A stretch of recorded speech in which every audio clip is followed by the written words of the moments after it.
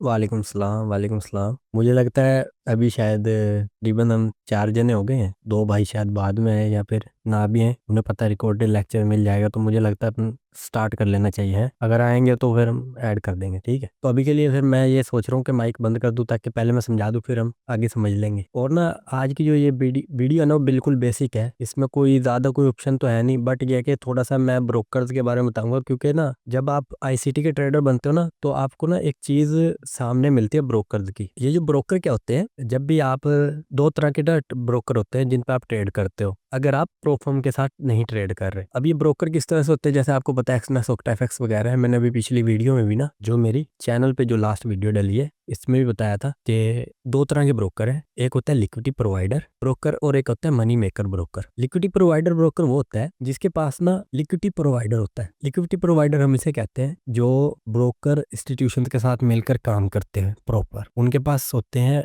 Banks, hedge funds और जितने भी बैंक्स के अलावा और जितने भी लिक्विडिटी प्रोवाइड कर सकते हैं ना, वो सारे के सारे बड़े ट्रेडर, जिन्हें हम इंस्टीट्यूशनल ट्रेडर कहते हैं, वो इनके साथ होते हैं। जब भी इन्हें ट्रेड करनी होती है, तब ये मार्केट में ट्रेड के लिए इन्हें हमारे ऑर्डर्स देते हैं, जो हम रिटेलर्स होते हैं। ये उसके मुताबिक स्टॉप हंटिंग करते हैं और मार्केट में लिक्विडिटी क्रिएट करते हैं, ताकि मार्केट का बैलेंस बना के रखा जा सके। अब आपको पहले से ही पता है कि जो मार्केट होती है उसमें एक सिंपल सा सिस्टम होता है, जितने बायर्स होंगे उतने ही सेलर्स होंगे। अगर इनमें एक भी चीज में कमी आएगी ना, मान लो एक ब्रोकर के पास बायर है मगर उसके पास सेलर ना हो, तो मार्केट ट्रेड नहीं हो सकता। अब ये क्या करते हैं, मान लो रिटेलर्स अगर बाय कर रहे हैं, तो लिक्विडिटी प्रोवाइडर, जिन्हें हम इंस्टीट्यूशन कहते हैं, हमारी जो ऑर्डर्स होते हैं वो उनको दे दिए जाते हैं, वो हमारे मुकाबले में सेल कर लेते हैं। रिटेलर्स बाय कर रहे हैं तो ये लोग सेल करेंगे, ठीक है। अब जिनकी तादाद ज्यादा होगी वही मार्केट से पैसा बना सकेंगे। एक तो होता है लिक्विडिटी प्रोवाइडर ब्रोकर, इनके पास लिक्विडिटी होती है, प्रोवाइडर्स मतलब लिक्विडिटी होती है इन ब्रोकर के पास। बट एक होता है money maker broker. Money maker broker का मैंने जिस तरह पिछले बताया था, इनका काम क्या होता है कि ये ना डबल ट्रेडिंग करते हैं। डबल ट्रेडिंग का मतलब ये है सिंपल, कि इनके अपने चार्ट्स होते हैं, अपनी प्राइस होती है। अब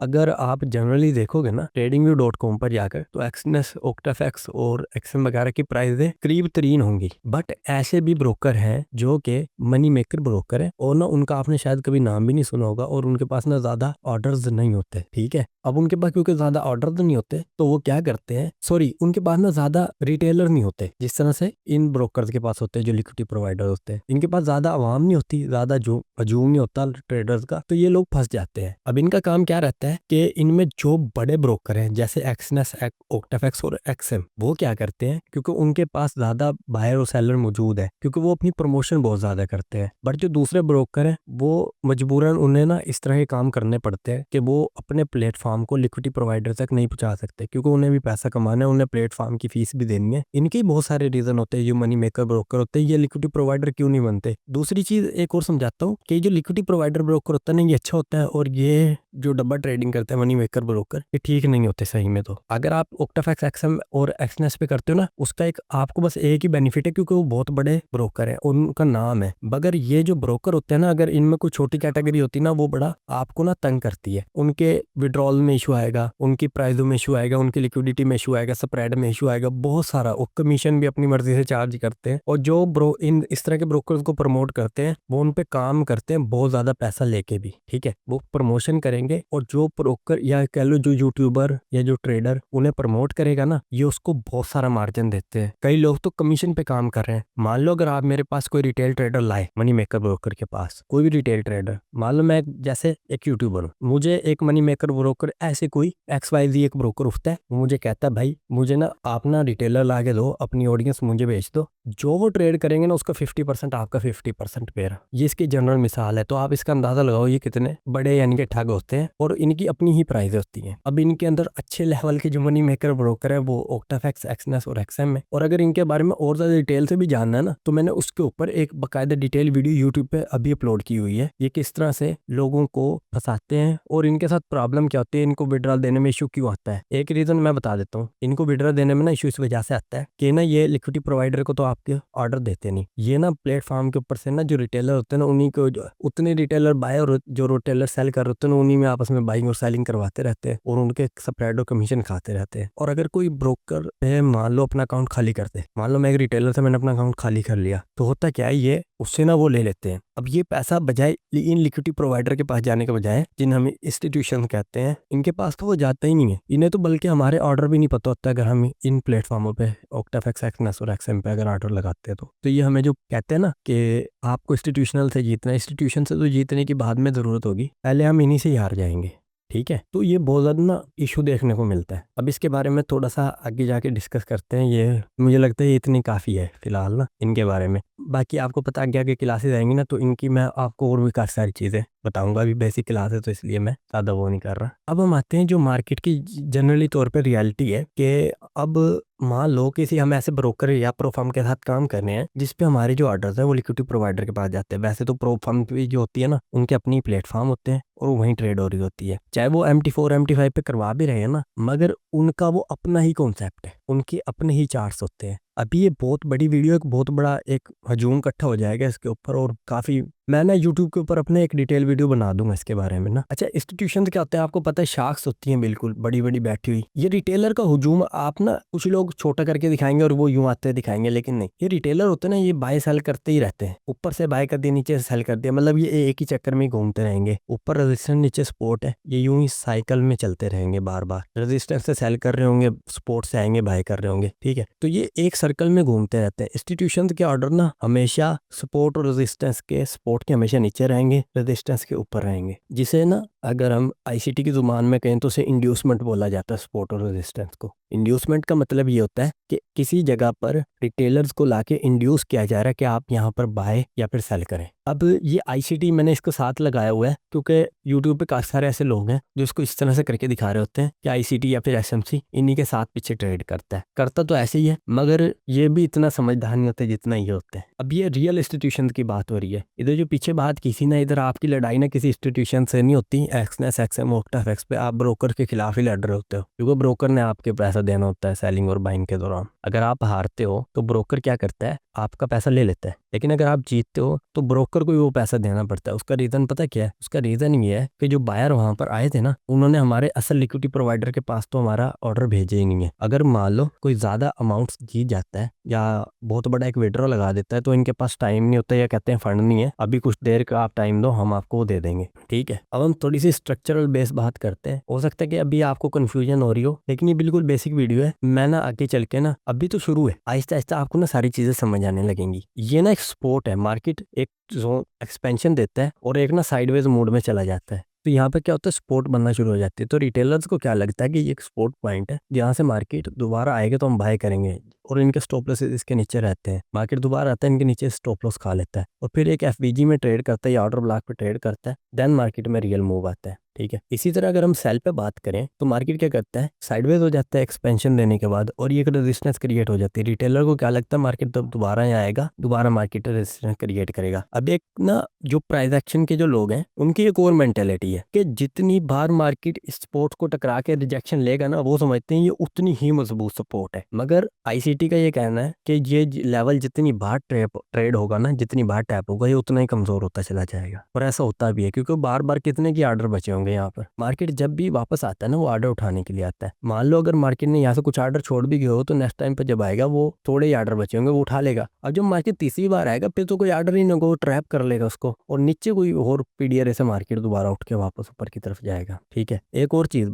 और बात है कि लाजमी नहीं है कि जो इंस्टीट्यूशंस होते हैं, लाजमी नहीं है जो ICT के ट्रेडर होते हैं वो हर बार ठीक होंगे, ऐसा नहीं है, ये भी ट्रैप हो जाते हैं। लेकिन इनका क्या रहता है कि ये ट्रैप होने में थोड़ा कम रहते हैं। जो बाकी ट्रेडर होते हैं प्राइस एक्शन टाइप या फिर इंडिकेटर टाइप या सपोर्ट रेजिस्टेंस टाइप वाले, वो ट्रैप इस वजह से ज़्यादा होते हैं कि वो इस तरह की मेंटालिटी के साथ ट्रेड कर रहे होते हैं। वो समझो कि ना एक ना रेट रेस में फंसे हुए हैं, चूहों के भागने में, कि जिस तरफ दुनिया भाग रही है वो उस तरफ ही भाग रहे हैं। बट अगर आप दुनिया के किसी भी प्लेटफॉर्म पे आप देखोगे ना, अगर आप उनकी तरह चल रहे हो ना जिस तरह सारी दुनिया चल रही है, तो आपको ना जल्दी कामयाबी नहीं मिलती। इसी तरह यहाँ पे भी ये सिस्टम है। अब हो सकता है मेरी ये थोड़ी सी मिसाल अजीब होगी, लेकिन आपको समझना पड़ेगा कि जितने यूनिक आपकी स्ट्रेटेजी होगी ना, ब्रोकर के लिए उतना ही मुश्किल होगा आपको ट्रैप करना। ये सारी बात की ना मैंने आपको एक समरी दी है। जितनी यूनिक आपकी स्ट्रेटजी होगी उतना ही आपके लिए ट्रेडिंग के अंदर प्रॉफिटेबल होना आसान हो जाएगा। एक चीज़, दूसरी चीज़ एक और होती है, लाजमी नहीं है जो चीज़ मेरे लिए काम करती है वो सारी चीज़ें आपके लिए भी काम करेंगी। आपको खुद सीखना होता है और खुद ही अपनी स्ट्रेटजी बनानी होती है। ब्रोकर कुछ ना कुछ दिन के बाद आपकी स्ट्रेटजी ट्रैप करना शुरू कर देता है। आप कोई आईसीटी छोड़ो, आईसीटी से भी कुछ ऊपर ले आओगे ना, अगर आप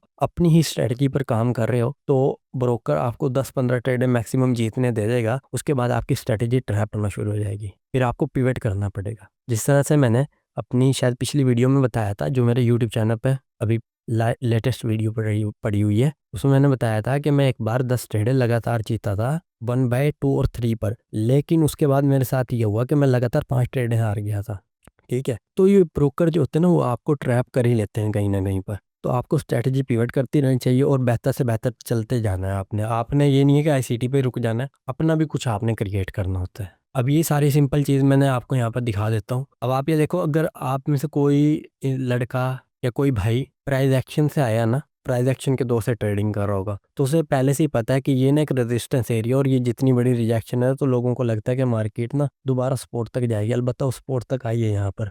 अब क्या हो रहा है कि जितने भी लोगों को ये लगा है ना कि ये मार्केट में यहाँ पर 2 बार रेजिस्टेंस थी, तो इस बार भी मार्केट सपोर्ट रेजिस्टेंस क्रिएट करेगी, थोड़ा सा यहाँ बड़ा करते हैं, तो वो क्या करेंगे, यहाँ पे दोबारा आने के बाद सेल करेंगे। और ये रिजेक्शन कैंडल देख के तो उनका और भी दिल पक्का हो जाएगा। अब वो यहाँ से ना इसके क्लोज होते यहाँ पे एंटर करेंगे, यहाँ पे स्टॉप लॉस डाल देंगे, या फिर इस हाई के ऊपर यहाँ पे करके और सेल कर देंगे यहाँ तक, या यहाँ तक, या 1/2 या 1/1, जिस तरह से वो ट्रेड करते हैं। बट आप ये देखो कि मार्केट में ये इतनी बड़ी कैंडल बनने का सिर्फ एक रीज़न है कि यहाँ पे ना रिटेलर जो थे ना, वो जो सेल कर रहे थे बार बार रजिस्टेंस देखकर, यहाँ पे उनकी बहुत ज़्यादा लिक्विडिटी क्रिएट हो चुकी थी, उनके सारे स्टॉप लॉसेस इसके ऊपर आ चुके थे।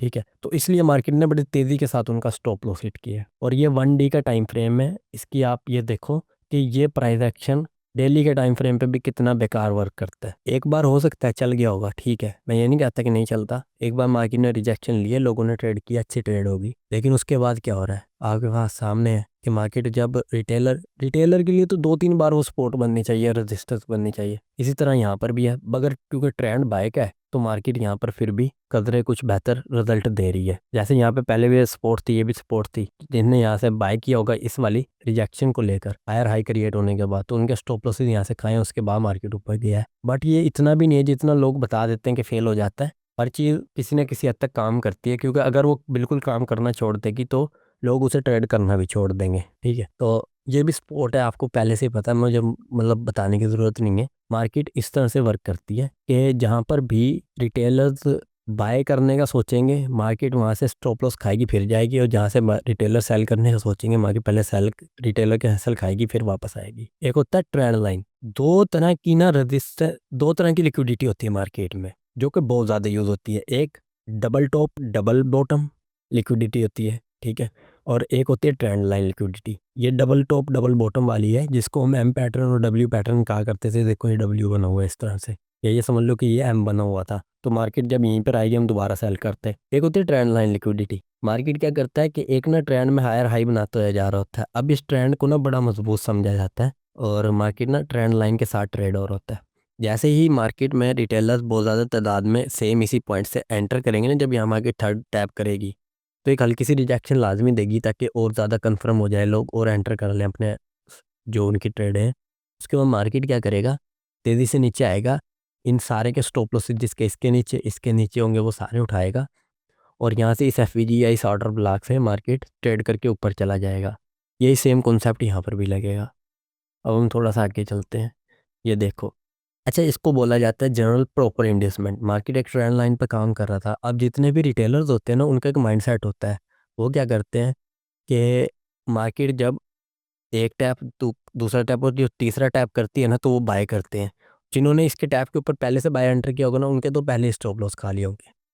अब किसी के स्टॉप लॉस हो सकता है ट्रेंड लाइन के नीचे हो, लेकिन मोस्टली लोगों के ना सेकंड टॉप के नीचे रहते हैं, सेकंड बॉटम के नीचे रहते हैं। तो मार्केट ने वो खाए हैं, इस जगह से भी लिक्विडिटी खाई है, और ये देखिए इस वाली बची हुई एफईजी से मार्केट ट्रेड करके वापस दोबारा ऊपर जा रहा है।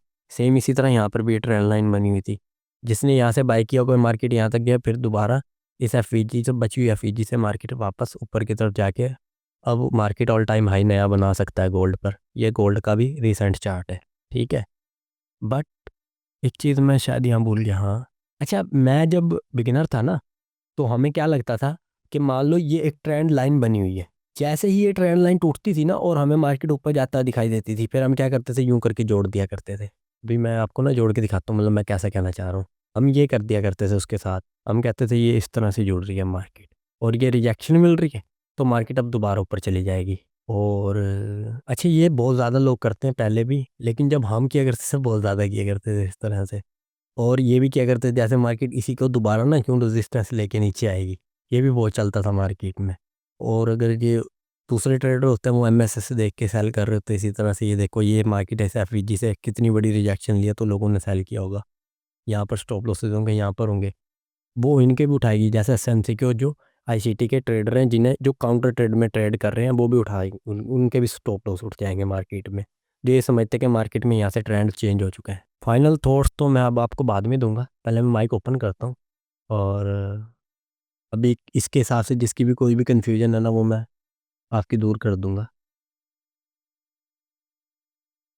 इसके ऊपर कह रहे हो ना आप, इसमें मतलब आप क्या कहना चाह रहे हो कि आप अगर आप इस चीज़ को नहीं फॉलो करोगे तो बाय कहाँ से होगा, यही कह रहे हो ना आप? हाँ ये जैसे यहाँ पे समझाया था आपको, देखो को फेयर वैल्यू गैप या फिर ऑर्डर ब्लॉक मिलेगा ना, आपको बाय या सेल वहाँ से करना है, वो कंडीशन वाइज होगा ना। जैसे अगर बाय करना तो यहाँ से करना होगा इस हिसाब से, सेल करना तो ऊपर वाले फेयर वैल्यू गैप से करना होगा। बाकी आहिस्ता आहिस्ता अभी और आपको समझ आने लगेगी, ये तो बस ऐसे ही ना एक बेसिक क्लास थी ताकि जो बिल्कुल बिगिनर है उसको भी समझ आ जाए। बाकी मैं ना आगे जाके आपको बहुत सारे कॉन्सेप्ट क्लियर कराऊंगा इंशाल्लाह। जब ये बैच ख़त्म होगा ना आप पाए के ट्रेडर बन चुके होगे और अपनी ट्रेड भी लेना जानते होगे और अच्छे से मैनेज भी करना जानते होगे, आपकी साइकोलॉजी भी बड़ी अच्छी कर दूंगा मैं इंशाल्लाह।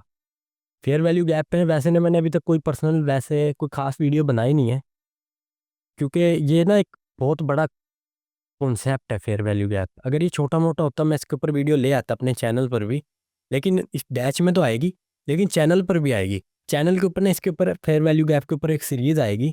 अगर आपको अच्छे से कोई फेयर वैल्यू गैप वैसे भी सीखना है ना तो मैं आपको एक चैनल बता देता हूँ, यूट्यूब पे भी मिल जाएगा आपको। वो चैनल है आरजो के नाम से, ARJO, आरजो। उनकी ना वो बहुत स्पेशलिस्ट है उसमें, आरजो एफईजी में, फेयर वैल्यू गैप में।